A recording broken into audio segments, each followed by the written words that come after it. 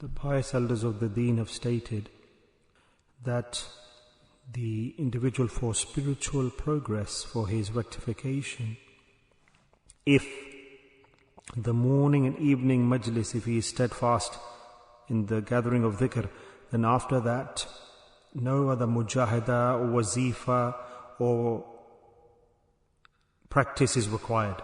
Allah subhanahu wa ta'ala, on this steadfastness in the morning and evening majlis, if it's with a good and righteous intention, then Allah ta'ala, on this action, Allah ta'ala grants everything to the individual. So this gathering in the morning of dhikr, because Allah ta'ala has given this prescription Himself. Allah's name, His dhikr, no speech, nothing else, just the gathering of dhikr, pure. And in that majlis, if the individual, all life, if he has istiqamat, if he's steadfast means without any reason, excuse to not leave that gathering. Sometimes you have a reason, a hospital appointment, or is unwell or sick, or due to some issue a person's late. So that also is included in istiqamat. Even that is istiqamat. So to break istiqamat is a person purposely, due to laziness, says, oh yaar, what's the point of going today? It's okay, I'll leave it. Then that's against the principle of steadfastness. So that's why the pious elders have stated that steadfastness is more superior than miracles. If a person shows miracles and visions, in comparison to that is an individual who's doing an action regularly and he's sticking to that. Allah subhanahu wa ta'ala considers that individual as better who is steadfast. And if Allah ta'ala, if someone's closer to Allah, then Allah delivers him to the destination, to success. So we get lazy in this. We'll do any other actions, deeds, prayers, worship. It's nothing. Just control your nafs, your desires. And the nafs is crushed through how? Which method? We have to see how can we make the nafs shriek and scream. When a person is steadfast, then the nafs screams. And the pious orders don't give nafal ibadah quickly. You have a desire, I want to keep fasts, or I want to keep fast on these days, these holy days, etc. Alhamdulillah, good desire. Good desire, you should. But if you don't steadfast on that, then that becomes a negative thing for you. You can do less, but do it regularly. Not that you do much more, high quantity, and just for a few days. Then that's just like you eat everything suddenly and then your stomach gets upset. But if you eat little bit slowly, then your stomach will remain healthy and your body will be strong. So through steadfastness, your raw soul is healthy. Be regular and you'll be strong without any reason, any excuse. The insan should not leave the majlis, the gathering. This is a very great action. And you should come here running to her and sit down. The amount of tawfiq Allah gives to you, include yourself, join that gathering. I've experienced in my life that by being steadfast, the human being, his biggest sicknesses, diseases, they are removed physically and spiritually. You know, physical sicknesses, they come if you're determined. Even if that, then you try to arrive, then Allah Ta'ala will eliminate that sickness. So this is Allah's path. Allah knows His servant, the love of His servant. Allah values everything. The biggest, who is the one who appreciates a person's deeds the most? Allah. Allah appreciates the most. Allah appreciates even the smallest of deeds that you do. If you do a small deed with ikhlas, sincerity, Allah Ta'ala values that. Allah's doors of mercies open up for that person. In my life, I never compared myself or asked my Shaykh more, give me more to recite, more to worship. What can I do after this? Can I do this, etc.? Nothing at all. Never did I request my Shaykh to tell me more, give me more. Whatever he gave to me, then I was steadfast on what he told me to do. I thought that's enough for me, alhamdulillah. And do that regularly, consistently. This Hazrat Sahib liked this very much indeed, my Shaykh. And he kept on giving himself, mashallah. He kept on giving himself. If you get it, if the Sheikh himself gives it to you, that's very good. If you ask for it, that means you're greedy, you want more for some reason. You have a desire to amass wazifa lessons. Can I recite this? Shall I do this many tasbeehs? And then you can't complete those. You won't be able to complete those. Because in your life, you have the needs of life, necessities of life, the rights of others, your wife, children, home, even your desires. You have to rest, relax. Always think before you come to dhikr that you should, mashallah, be strong and relaxed. What a great hadith of the Prophet ﷺ. And he used to read 2 rakah salah at home, and then he would rest there for some while. On his right side, he would put his blessed face on the mattress, on the prayer mat. And then he's getting refreshed after the night ibadah, worship. That 3-4 minutes of kaylula would refresh the Prophet ﷺ so much, then he would come to Fajr Salah. This is the rights of the body. This is the sunnah. Yeah? Yes, so if you get up for tahajjud, you do wazaif, you do dhikr, you want to go to Fajr, just as soon as you pray the sunnah, then lie down on the right side for a short while. And a small amount of drowsiness will come, not big snores, and then you'll open your eyes. In the few minutes after lying down, and another easy way I'll say to you is coming to my mind, that how long are you going to lie down for? After lying down, then recite Durood Ibrahimi 3 times, that's it. Close your eyes. And then get up. You'll be fresh, totally fresh and vibrant, mashallah. And then you'll be ready for ibadah worship. And in this, so many blessings there are. In this action, you'll be amazed at the blessings. So many blessings. Some people don't understand amal practice, and in the wrong way they understand. Like I said to you, some of our colleagues, they thought that after reading the sunnah, I'll do these actions. Then he started to, after praying the sunnah, he used to lie down there in that place. This is against adab. The sunnah is at home. Pray the 2 sunnah, then do this action of lying down. Not you come to the masjid, recite, pray 2 sunnah, and then lie down. What's happened? Suddenly they'll think, are you sick? Unwell? It's not the sunnah that way. The sunnah is pray the 2 sunnah of Fajr at home. After that, on your prayer mat, on the floor, lie down on the right side. This is the sunnah. Not that you go to the masjid, pray 2 rakah sunnah for Fajr, and then lie down in the masjid. Then this is against the sunnah. The people say that you didn't pray at home, the sunnah. So you think, I'll go to the masjid and implement the sunnah and lie down in the masjid, and you show to people and you're proud, I'm following the sunnah, and you're laughing at me, and you're ashamed there's hadith on this. This is wrong. That you're showing the people. So, a masala, listen with ease. If you don't understand, then ask if you don't understand. The Hazrat, am I doing this practice properly or not? Yeah, nothing to be ashamed about. That you said this, to do this amal, Hazrat, so do I have permission to do this action, and am I doing this in the right manner or not? This is the way of tasawwuf. That after listening about an amal, a deed, Shaykh is saying something to you, even then you pay attention to that and you don't understand, you should research that deed. That shall I start this? In this way should I do it? And then start the action. One other thing we should be careful about in our daily practice, it happens in the life of a human being, that the Shaykh, you have to change. This is not against tariq. This is not against tasawwuf to change the Shaykh. Because Allah is the objective. Your objective is to get to Allah, close to Allah. So where the individuals gain more benefit, then make the Shaykh there and take that benefit from the Shaykh. But your Shaykh from before who you went to, if you're not getting benefit and you're not getting spiritual improvement that you should get, then there's no problem. Allah Ta'ala has kept some individual somewhere or somebody somewhere else, and that wali Allah will be good as well. But if He can give you benefit, sometimes it happens that you have to move location. Physically, nowadays it's common in a moving country, from one country to another, one city to another. So in that, my Shaykh is in that previous country, then he stops all of his islah and his purification and tazkiyyah. No, my Shaykh is back home.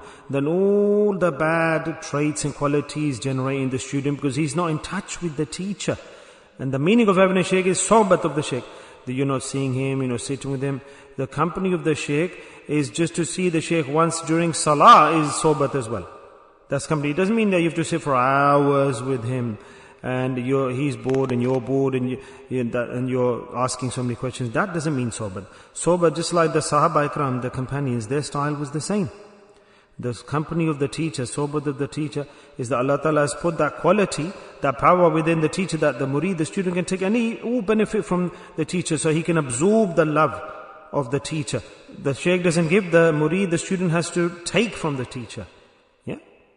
You have to understand. So the murid, the student, with his love, he has to pull on the fairs, the blessings of the teacher. He needs to pull on the teacher's qualities, the attributes, the greatness, to pull on that and absorb it, just like Hazrat Abu Bakr Siddiq radhiyallahu anhu.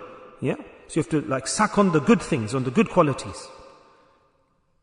So in our Naqshbandi order, the Mashayikh, in this there are some principles, like for example, say you're far away, there's distance and it's difficult for you to physically come to the Shaykh for company. There's no problem then if for the sake of Allah you look towards another teacher, for the sake of Allah, not due to your nafs, because oh, he's a small Shaykh, he's a big Shaykh, my Shaykh's not a good title, he's not famous. If we go to the other Shaykh, he's Shaykhul Hadith, then people will run after me, oh, you're better with that teacher. This is nafs.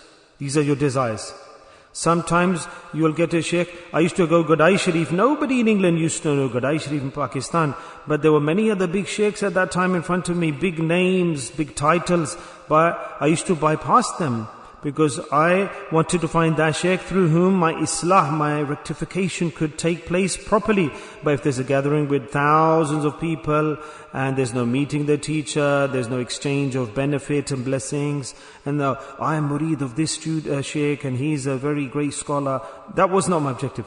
So the adab, the manners of tariqah is that if you want to do your tazkiyyah, purification, you want to do your islah, you want to reform yourself, improve yourself, the objective, that is the objective of going to the teacher and physically meeting him. If he's very far away, or if he's not giving you benefit, or there's no compatibility, and you feel that there's some restriction or some hurdle, you're not progressing spiritually, and you see in the majlis and somewhere that I'm getting a lot of benefit, then without any issue say, Hazrat, I'm getting more benefit here with the other Shaykh. Please have mercy on me. Please allow me to enter into this silsila. Then that is the Shaykh, the teacher. Because he's turning to Allah, he's asking Allah, but it's through that. And we say, what's the benefit? And he says that a person that is not changing Shaykh for no other reason. Is there some other reason? Is there some other purpose? So maybe you can get khilafat, etc.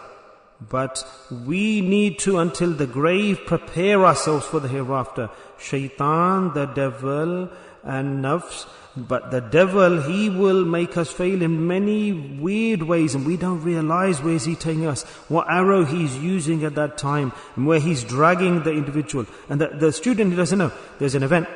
But inshallah, on the night of Thursday night, I will share with you that how shaitan, he pulls and deviates and distracts the student, an individual. So for this then, what the student should do is that he should request the teacher that, Shaykh, I feel that I'm getting benefit somewhere else. So now, the previous thing is finished now. So now a new journey for you has started. A new phase of life has started. A new experience has started. So now those wazaif, if you keep them with you, you won't be able to do improvement, because the objective is not what you're reciting, doing dhikr every day. Your objective is salah. Some people say, Hazrat, I used to do those wazifa, my Shaykh told me before, I can't do these. I do what my teacher said before. If you wanted to just pray and recite and do dhikr from another teacher, what was the purpose of coming then to the new teacher? Yeah? So then just carry on doing that if you want. So wazifa, your daily lessons, the daily procedure, this is a weapon, a tool that the Shaykh gives to you. What weapon, what tool, what prescription does the new teacher give to you? Utilize that and adopt that and implement that, because the objective is to get to Allah. Your objective is not to do prayers or recitation or repetitions. Am I right or am I wrong? Do you understand what I'm saying? Yeah. So that the waswasas come out of your mind. If you think, I don't do this, wazifa will be left. So he says that my kitab is now closed, the previous Shaykh, with the fadl of Allah. Now I've gone into a new silsila, a new order, a new method. But my previous Shaykh, you are good. MashaAllah, he's according to the Shara, he has no defect or he has no mistake, etc. Then always have respect for him. Always hold him in high regard, just like you used to go before to meet him with a gift, with love. Keep that, establish that in your heart, do dua for him. But now for Islah, rectification, you've chosen another teacher, then you should follow his instructions, the hidayah, the guidance, the method he's telling you, then adopt that procedure. Adopt that procedure, the new procedure. And you will get sukoon, peace, contentment. That am I doing wrong? Hazrat, I'm doing phone. No need to worry. Just keep one teacher under focus, that you don't need the individual. It's not the teacher, it's Allah's pleasure that you're seeking. With this niyyah, I'm not saying this, the pious elders say this. With this niyyah, if the student, even if you do a mistake after that, Allah Ta'ala will do islah and rectify you and make you successful. Yeah, because your niyyah, at least that's correct, that he's taken a wrong step. Allah Ta'ala automatically will realign that person to give him success and he'll be improved. So don't be worried about that if your niyyah is correct. So if you have the new teacher, the new sheikh, follow his principles, his instructions, his methods, his adab, understand his wazaif, the lessons he's given to you, the prayers he's given to you, the dhikr he's given to you, then with mujahada, effort, and then adopt that path, follow that path. And that's very important point in tasawwuf. Yes. For example, say you are in a city or in a certain location and you're sheikh, you have a teacher, and in that city there's another sheikh who does tazkiyyah, teaches people. By chance you go to that majlis and you feel like it, your heart feels good, you sit, and in that instance then you have no need to change the sheikh, because you're in that place physically in the same location. And then you need a reason for attending the other gathering. And there should be a sharia reason. The adab of tariqah, tasawwuf. That what's the reason that you are leaving your teacher now to go to this other gathering? There should be some sharia excuse that here, there's innovation in the company of my teacher, or I'm seeing wrong things or wrong actions that are against the deen, against the sharia, and my heart doesn't feel good, there's wasawis, negative thoughts in my life, the style is not right, the practice is not right. Then in that instance, you can leave that sheikh. There's a reason. You have a sharia reason. Because I went to that teacher, but when I came here to another gathering in the same locality, I realized the true deen and sharia, etc. And I don't feel good in the first place. Then you have a valid reason. But if you don't have a valid sharia Islamic reason, your teacher follows deen, follows sharia, sunnah, his aqidah, his practice is correct, and you are connected to him, then the adab is, the manners is, then such a person should never go to another gathering at all, to any other gathering. Remember this. Then you have no reason to do that. Oh, I really enjoy this other gathering, I go to other majalis. This is against adab, manners. Then shaitan will fire his arrow and he'll detach you from the first teacher and the other place you go. When you come to a gathering, you arrive to a city, you found a sheikh, and you're getting the fairs, the blessings, then that murid, that student should not listen to anyone's cassettes or speeches. Whatever guidance and benefit, follow the words and advice of your teacher. He will become everything for you. He will make you muttaqi and give you taqwa and make you practice and consider, in my destiny, I have been attached to this teacher, I will receive all benefit from here. Then, if you say, oh, let me go here, listen to this, go to that gathering, then shaitan will mix those words into your mind and get you confused. And you'll get imbalanced. Then you think, is it right here or wrong there? I see people, quite a lot of people come to me like this. And then the good sheikh, you'll send him back, that tomorrow you'll run away from me as well. No, go back to the teacher that you're attached to. So for this reason, we leave the sheikh. And that's very wrong indeed. When you find a sheikh, Allah gives you a teacher, and you're connected to him, then you should not go to any other gathering. It doesn't matter how great he is. Yes, not even listen to the speech, even if he's in your silsila, even if he's a Naqshbandi sheikh. Because then you'll change. And you get imbalanced. Every sheikh has his style, his manner. Like Hadhrat Sahib has various khulafa, about 70 odd. But when you say, are you Hadhrat Sahib's Khalifa? And you sit there, but you'll see lots of difference, big difference between their style, their approach, the way they propagate deen. The manner of doing it is different. Everyone's different. All the teachers are different. Even though they're Khalifas of the same Shaykh. So first and foremost, when you have a teacher and you're progressing on the journey, the first thing you need to consider is that does your mind, does your style and habit, etc., does that match? Are you compatible with the teacher? When you feel good and comfortable, then the fairs starts to come from the teacher. And if you're not compatible in the first instance, and you're not getting, doesn't matter how great a shaykh he is, you won't get the benefit. Do you understand this point? A very valuable point this is. So even if your shaykh is not well known, he's less in scale to others, but if you have love for him, he has love for you, and you start to understand what he's saying, and you have a strong connection with him spiritually, then you will pull the fairs, the blessings from that teacher. It's like, for example, say your style does not meet your habits, and your mentality doesn't match, there's no compatibility, then you might not benefit. So for example, if Hazrat Sahib has many Khalifas, you'll say, are you a Khalifa as well? Let me go to him.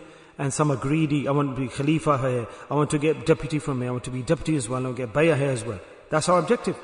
And he's given me ijazah, he's given me ijazah. These are greedy people who look for more with the name, so they'll put on top of their name, I'm Khalifa here as well, I'm Khalifa as well. Even then you shouldn't go to another teacher, because this is my Shaykh Allah has given to me initially, and I'll sit with him and learn from him. Yeah, have respect for everybody, of course. But fairs, the blessings, the benefit, you will get from your teacher. Even if it's the water, the stream flowing from one river, but sweet water's coming, it will come, the fairs will come from the river of your Shaykh. So in this, the most important point is that when you find a teacher and you accept him as a teacher, you give your allegiance to that teacher, then don't divert your attention here or there, left or right, and look for other benefit from other places. All benefit you will get from the teacher that you have accepted and that you have submitted to. Be content with that until the Shaykh himself says to you that go here and get this benefit, or go there and get this benefit. Yes, and if he guides you to another location, to another source, that's different. Do you understand what I'm saying? So these are beneficial points. So if you have one teacher, one source of goodness, that fountain, and for example, you say, I'm Khalifa here, and he's also a Khalifa of my Shaykh, and he's also a Khalifa, let me go there. No, just keep your hisab to your teacher. Where you've got compatibility, and you've accepted that teacher, then don't do it temporarily. Don't compare. You have a permanent nikah. There's no muta. You understand muta? That you have a wedding for a few hours, temporary. We have a solid nikah with the teacher, not muta. Muta, 2 hours here, 4 hours here, 4 days here, then divorce. No. You understand the point? Yeah. So now, when Allah Ta'ala takes you to the company of a teacher, have aqeedah, muhabbat, all the connections, have the aqeedah with that teacher. And don't seek a transfer of the teacher. I've told you about transfer of a teacher. In the first instance it's permissible, second as well. But if in one city, in one location, you have a teacher and you don't feel that there's benefit in the first place, or there's some defect, but in the second place that you found there's more sharia, more sunnah, more benefit, then you can change it. But without the valid reasons, you can't change. You can't. You are attached to a teacher, and you have no need then to go and look for sohbat and company from other people. You're getting benefit from the teacher, then why are you going other places? Stay in the first place. If you see, in masjids, there's gatherings, big announcements. That for example, shaitan, he will always try instill in your mind, even the old age, then the person gets mad, what do I do? At what point, it get you confused, it makes you debate and compare. Because shaitan says, I don't want to leave this person till death. Because that's the trickery of shaitan. That's the dua. That we've been told that Allah, until I die, please protect me from the traps and the tricks and the deceit of shaitan. This is of Allah. And also this is a dua of the final time. Allah, in my final moments, that the biggest need I will have at that time, please keep me steadfast. These are duas at the time of dying. Allah, keep me established on the deen. Keep me established on iman. Keep me established on your deen. Shaitan will come. And he comes with his workers. That which Allah, which Shaykh, who do you believe in? And if you have istiqamat, you will throw the shoes at shaitan. He will not come close to you. Understand the points? This is tasawwuf. Not just doing tasbih, dhikr. All these adab, we have to learn the principles. Look here. In the first stage, you get fairs. How are you sat in the majlis? The adab of the halaqah. How much do you have respect for the halaqah? If there's a gathering, then don't leave any space between. When you come first, then fill the space at the front. The lines should be straight. They should be balanced, straight, equal. Yeah? This is how you make the line. Yeah? Just like you have the Sahaba used to sit, like in a semicircle. Semicircle, like the arc. Yes, but there should be some gap between the students and the teacher, so there's no disrespect to the teacher. So this is where the adab starts. While someone sat there, someone against the wall, pillar, is a waste of time. He doesn't know. Where is he come? Is this some cinema that you've come to? To watch a film, get a ticket, go and sit on what seat you want, look at the games and the food on the drama on the screens. You have come here to get fairs, blessings. You are requesting Allah for fairs. You've come here for a purpose, and this is that place. This is that place, that halaqah, this gathering, thousands and millions of angels are descending. Yes, the arwah, the ruh of the awliya Allah are coming to the gathering. That you think we're doing bidwi? The curse comes on that person who does not sit here properly with respect. That person always fails. The person who has no adab, no respect, that he doesn't have the adab of the halqa, that how am I going to sit down, how should I attend, that the gathering of the Shaykh is present, the angels are descending, Allah's mercies are descending, the angels of envelopes surrounded the gathering, you go and sit against the wall. No, come with respect, look where there's empty gap, then just slowly walk, tread. And I don't want the angels to be disturbed. I don't want people to be disturbed. Then make the space and sit down nicely. And that's how the halaqah should increase. What we do? We come, we look for a space at the back so I can lean at the back, so I can leave from the back. Okay, if you have to go, then you can leave early. Yes, what do we do? Oh. So we come late and leave early. Come late and leave early. Yes, like people leave from a stadium or football matches, I'll sit at the back, if it's a rush, we'll quickly leave exits. Oh, servants of Allah, this is a gathering of Noor. Noor, you've come here to get fairs, blessings. You've come here to get Allah's mercies. And this is Allah's karam, His fadl, He's delivered you here. How many people from Baltimore will be here now? Tell me, count. Count, how many? Then from them, Allah has just selected you for this action. How many people are there in Bolton? From them, what percentage are you?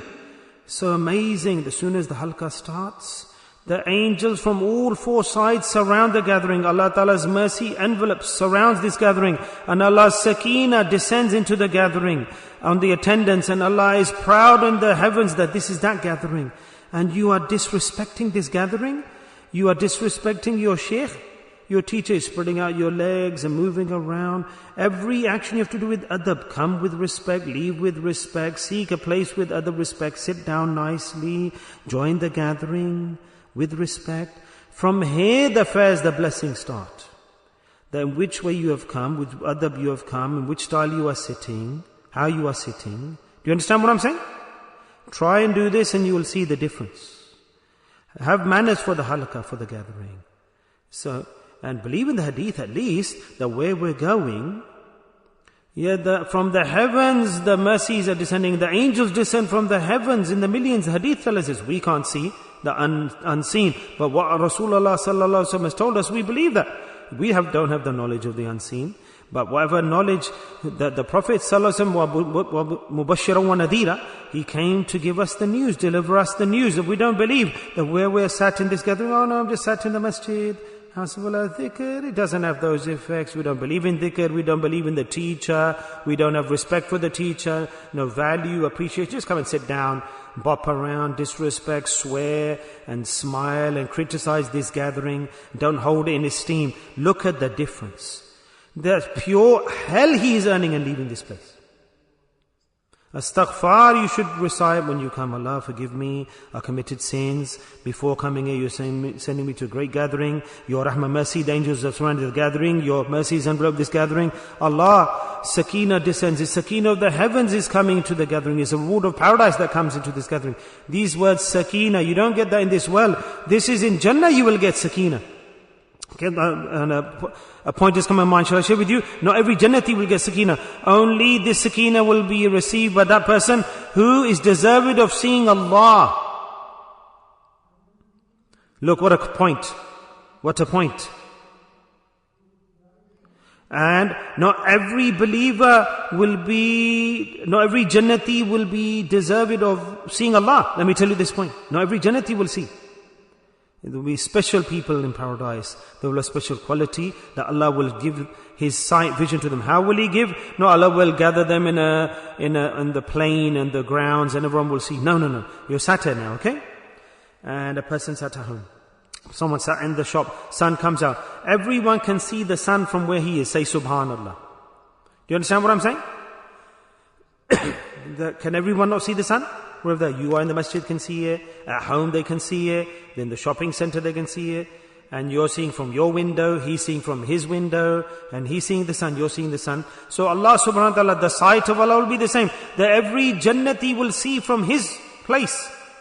Yes, he will be given palaces and great houses, and from there he will be getting the benefit of Allah's sight. But from every home, you cannot see the sun. Some homes, there are walls, there's obstruction, and you have to go outside. Same way, every Jannati will not see Allah in that way. This is a unique point I'm telling you. So sakina, peace, special is received when you come to the gathering, you sit together, you gather together, the Shaykh is present, and you come, and you have come for fairs, for blessings, to prepare for the hereafter, and you're doing amal and practicing the Allah subhanahu wa ta'ala will, that reward that especially given to the people, Jannah, sakina, Allah gives the splash of that into, that if you sit with your legs spread out at the back, and you're looking, frowning, will you get that? You understand how much disrespect there is? How disrespectful are those people? Think for yourself. So this is also disrespect to tell others, why you sat like this? Why don't you sit like this? Don't say it like that. The pious elders don't speak like that. They might be older than you. They might be alim, scholar. The way they've come, Shaykh knows and they know. We don't need to remind them. Shaykh knows how to do tarbiyah. Is everyone's tarbiyah happening or not? And here there are alim, scholars, non-scholars, there are older people, younger people, older students, new students, everyone's included. But how dare we, you go and tell others, don't talk like this, don't sit there, this is disrespect, don't sit with husbands like this. There's extreme disrespect, speak like that. Have you got a lot of respect? Yes, his tarbiyah will take place inshallah. His tarbiyah will take place, you don't need to tell him. It's the responsibility of the teacher. Let that person come. However he comes, wherever he sits, let him. Just say maybe nicely, oh, come forward please, welcome, very nice, with a smile. That's fine. That's it. That's enough. No more than that. Don't criticize a person or scold them. Worry about yourself. Don't look at others, why is he doing this? He's bad, he's disrespectful. Concern yourself with yourself. How respectful am I? How much fairs am I coming to receive? How much aqeedah and love do I have in the teacher? In his halqa, never go to that gathering if you don't have love for the teacher.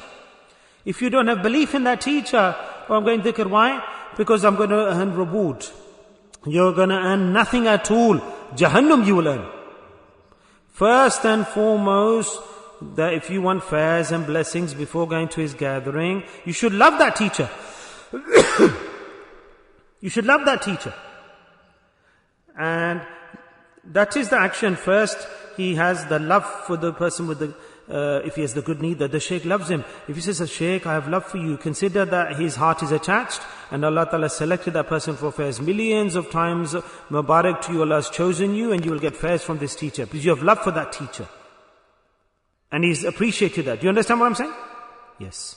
So have adab, manners, and you will get the good destiny. No manners, poor destiny. You are students, I'm a student like you as well. I'm a student of ilm as well, of knowledge. I learn from you and you teach me as well. I learn from you and you learn from me. That's it. I look at somebody with good adab, I say, MashaAllah, very good adab. I should have good manners as well. I should also have good manners like this student. We are all students of knowledge. We have to learn. That you've come from home, where are you going? Going to the masjid. The adab of the masjid are separate. That's different.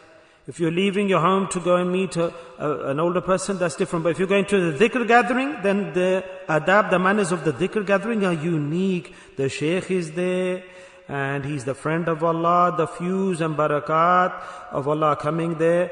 MashaAllah, people are gathered there around him, just like the people are gathered there. More than that, millions and millions of angels are gathered there, and they are, MashaAllah, gathered there, and Allah Ta'ala's Sakina has come to the gathering. Allah's mercy has surrounded the gathering. That's where you're going. Think about where you're going. Do you understand what I'm saying? So how early I should get there, how quickly I should get there, I should reach it with adab manners. They're totally, you don't waste any opportunity. But if you're disrespectful, coming to get reward, there's no reward there, nothing at all. You won't get reward there. Direct Allah Ta'ala's connection is, you get here. Connection with Allah. Everything you've asked from Allah. And my hands, after this dua, I don't need to raise my hands. Because Allah, I've got everything from you. And you're coming for thawab. If you get Allah Ta'ala's nearness, then why are you running after thawab? So come with manners, come on time, come before time, make a nice gathering, and sit with respect, with adab, and don't disturb anyone. If you have to leave early, if you come late, then come nicely. There's no prohibited to come late or to leave early. If the person is coming late, then come forward, fill in the spaces you see. Don't need to sit at the back. So 3 things. When you come to the gathering like this, the dhikr gathering, first and foremost, you should have love for the gathering. You should have love for the Shaykh. And you're coming here to receive fares. You should have the niyyah, intention that I'm coming here to get blessings, I want to get benefit for my hereafter in this gathering. Then come here, otherwise it's a waste of time. Yes, I have no desire to make a gathering. In front of me, 3 things are getting benefited, then I'll get success and you'll get success. Yes, I have no desire. Big gathering, quantity of people, masses, hordes of, you've seen that 6,000-8,000, I've spoken in front of them. And you see any difference in my speaking? After that? That I don't even speak like I'm speaking them out nowadays that I do in front of big gatherings. So my objective isn't gathering lots of people. The objective is that Allah's fairs should continue to be delivered. If 2 are sitting, if something nice comes to mind, I share with them. And what valuable points. There's not that many people here today. Where we have 6,000-8,000 gathering, if nothing's come in my heart, I can't think of anything to say, I won't speak. And I think maybe it's not coming into my mind. And if I try my hardest to speak, to please them, yes, so even if there are few people, you will feel that. Even if there's a few people, I'll try my best. Have you felt that? Sit down, I'll share hadith with you, and then as soon as, mashallah, that knowledge comes and it descends and the inspiration's there, I share that with you. So mashallah, so valuable, you are few, but these are great things that I'm sharing with you. Great things I'm sharing with you. Yes, I'm not mad every day I sit down and speak. I'm very tired. I'm tired. I'm thinking now I'll go and rest, lie down. But what can I do? When those points come to mind in my heart, Allah Ta'ala is inspiring, and it's my duty to share that. Don't think there's just a few people here. No, that these few people here are heavier than thousands of people. Subhanallah. What's that verse of the Quran? Abasa wa tawalla. Allah Ta'ala said, isn't it? My Nabi, don't do this. That's fine. The people are gathered. And you are giving the benefit to them, but maybe this person who's come to you, Abasa wa tawalla, and ja'aka, Allah Ta'ala has given us that surah, isn't it? This is the tarbiyah of the Shaykh. That through the Nabi, Allah has given tarbiyah to the Shaykhs who will come after. Because with the Prophet ﷺ, when Allah Ta'ala showed the examples, that was education for the ummah to come, the honorable mashayikh after that. That don't look at people, he is rich, he is wealthy, he has this much money, he gives me gifts, he respects me, he puts me in esteem, and he comes first. No. Look, whose heart is desperate? Whose heart is desperate at the moment? If there are 5 people sitting there, and very good points are coming in your mind, then deliver those words to those people. And those words will go far and wide. These are treasures that in the morning you are spreading out. Delivery. Yes? That this is ilham, inspiration that Allah Ta'ala is sending. That just a few people are selected. Allah says, deliver these words to them. Tell me the truth. Is your knowledge increasing or not? Tell me. Is, isn't it? That's good.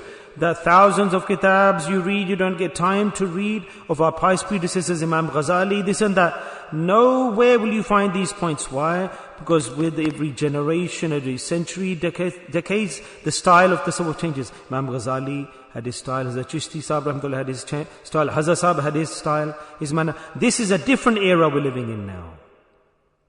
I say here, people have different taste. that people watch TV, music, they look at women, they do wrong on their phones. So we must deliver the deen to them in a different way with a taste and passion. Sometimes a nasheed or a poem, make them rejoice, show them all different effects and styles and pull them.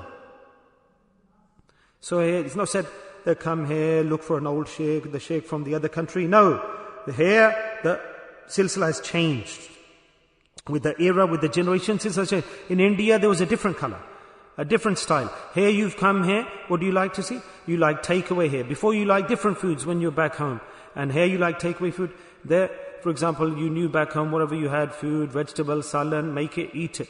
That's it, stomach full. So everywhere the taste changes. The sheikh here is different.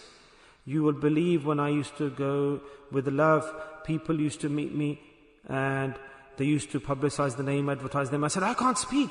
How can I? But the sheikh is the sheikh. So Hazrat Sahib once gave me the hint that faqir, don't keep saying that I can't speak. Then people left me. No, pull me, speech here. I couldn't speak. I am not the sheikh of that place. I'm the sheikh here. So when I used to go back to Pakistan, oh, please speak here. I couldn't speak there. But the enjoyment I get here, I don't get anywhere else. So here to explain, because the style of people, the mentality is different. I am aware of that.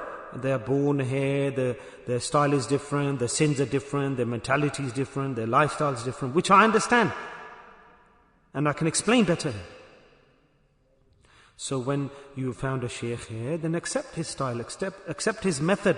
And if we go back home, or I had a teacher there, then you will not be compatible. There will be a difference in the style, in the manner. Naqshbandi silsila is the final silsila. This will continue until Qiyamah. Yes, the prediction. It's not hadith. It does, you could say, connect with the hadith, maybe daif, but there's a prediction. Hazrat Mujaddad al-Afghani rahmatullah alayhi gave. It's a good dalil, good proof, but we can't say that it's Quran or it's hadith proof. But the heart accepts that when such a great personality has said something from his tongue, then there's some weight in it. So we can't compare it to hadith or Quran and present it as proof. So Hazrat Mujaddad al-Afghani said that in the final days, Mahdi alayhi salam, his fairs there will be a Naqshbandi sheikh, and Mahdi alayhi salam will have the connection, the fairs he will draw from the Naqshbandi teacher. This silsila order will continue until then. Yes, until the Nabi doesn't come. Who? Hazrat Isa alayhi salam. Then the Nabi will come. That's a different stage. Different phase. But Mahdi alayhi salam, his fairs, spiritually, he will be attached. Mahdi alayhi salam himself will be Naqshbandi. Yes, this is a prediction. In the Maktubat of Hazrat Mujaddad al-Afghani, you can read that. So what does this mean? That this era and the era to come is the Naqshbandi era we are in now. The Naqshbandi order, its style, the practice, accept it. Learn the knowledge, the principles, the style of doing dhikr, islah. This is the real silsila order which will continue until Qiyamah. Naqshbandi order. Muraqabat, Ismizat, Allah's personal name, Nafsi Isbat. The style has changed. This is what you need to practice. Do you understand everything what I'm saying? Okay, this is enough for today's dars. Now we will do muraqabah with the fadl of Allah. Close your eyes, focus towards your heart, and request Allah for fairs. First and foremost, do astaghfar Allah, the disrespect we have done when we came to this gathering. Clean your heart. There should be no malice, no hatred against anyone here. Totally not against the Shaykh. Istighfar, if the negative thought is coming, get up and go. That I'm not deserving of this gathering. I don't want punishment. Remember this.